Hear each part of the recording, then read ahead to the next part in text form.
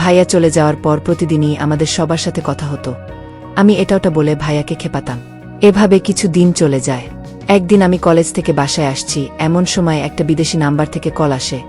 আমি ভেবেছিলাম ভাইয়া কল দিয়েছে, কিন্তু না, আমি কলটা রিসিভ করলাম। আমিস, হ্যালো ভাইয়া, কেমন আছিস? কিন্তু ওপাশ থেকে অন্য একটা লোক বলল, লোক, আমি আপনার ভাই না। আপনার নাম কি জুয়েল? আমিস, হুম, আমি জুয়েল, বাট আপনি কে? আমাকে কিভাবে চিনেন? লোক, আমি তোমার ভাইয়ের বন্ধু, একসাথেই কাজ করি। আমার নাম রহিম। আমিস, ও আচ্ছা, তো ভাইয়া কেমন আছে? রহিম, চুপ।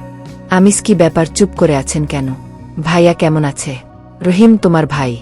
আমিস, হুম, আমার ভাই। কি হয়েছে ভাইয়া? রহিম, তোমার ভাই আর বেঁচে নেই। কথাটা শোনার সাথে সাথেই আমার পায়ের নিচ থেকে মাটি সরে যেতে লাগল। আমি নিজেকে আর সামলাতে না পেরে মাটিতে বসে পড়ি। চোখ দুটো ঝাপসা হয়ে আসলো। আমিস, কি বলছেন? এটা হতে পারে না। আমি সকালেও ভাইয়ার সাথে কথা বলেছি। কাঁদতে কাঁদতে রহিম, হুম, ঠিকই বলছি। কিছুক্ষণ আগে তোমার ভাই ডিউটিতে যাচ্ছিল।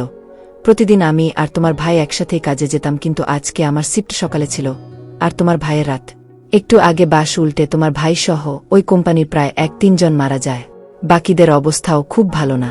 আমিস, না, আমার বিশ্বাস হয় না। আপনি ভালো করে দেখেন, আমার ভাইয়ের কিছু হয়নি। রহিম, 2 দিনের মধ্যে লাশ দেশে পাঠিয়ে দেওয়া হবে।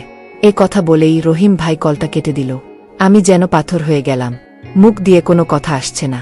আমি আব্বু আম্মুকে কি জবাব দিব? কি বলে বুঝাবো ভাবিকে?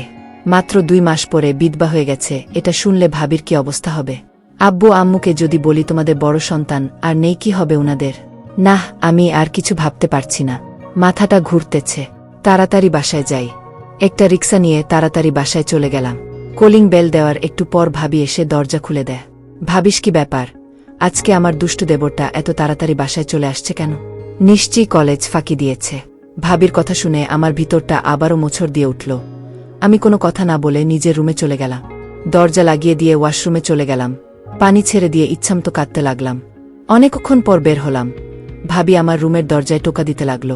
ভাবিস, কি ব্যাপার দেবর সাহেব? মন খারাপ কেন? কি হয়েছে? গল্পটির বাকি অংশ দ্বিতীয় পর্বে দেখুন। গল্পটি কেমন লাগলো কমেন্টস করে জানাবেন। নতুন নতুন গল্প পেতে আমাদের চ্যানেলটি সাবস্ক্রাইব করে রাখুন। ধন্যবাদ।